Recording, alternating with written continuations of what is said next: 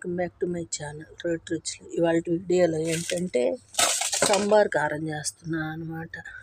ఈ సాంబార్ కారం ఎందుకంటే కూరల్లో వేసుకుంటాం, ఫ్రైల్లో వేసుకుంటాం, మన ఇష్టం అనమాట. చిన్నులపాయలు, కరివేపాకు, ధనియాలు, మెంతులు, ఆవాలు, జీలకర్ర, మిరపకాయలు లైట్గా వేయించుకోవాలి. మిరపకాయలు, ఉప్పు కూడా వేయించుకోవాలి. ఇప్పుడైతే నేను మిక్సీ పడుతున్నాను అనమాట. సాంబార్ కారం అయితే రెడీ అయిపోయింది. నేనైతే మిక్సీ వేసుకున్నాను.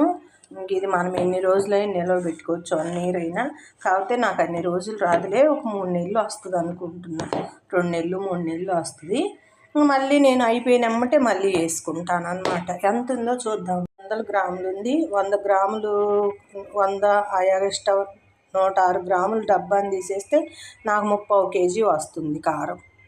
3 నెలలు వస్తుంది. బాగా కారంగా ఉన్నాయి కాబట్టి ఈ సాంబార్ కారం వేసి కొంచెం మామూలు కారం వేసుకున్నా పర్లేదు. లేకపోతే కొంతమంది ఫ్రైల్లో వాడతారు. నేనైతే ఫ్రైల్లో ఏం వాడను, కానీ పులుసు కూరల్లో, చికెన్లో, ఫిష్లో, మటన్లో వాటిల్లో బాగా వాడతాను అనమాట. చాలా టేస్ట్గా పప్పులో ఇలా వాడతాను. మీకు నచ్చితే లైక్ చేయండి, షేర్ చేయండి, సబ్స్క్రైబ్ చేయండి.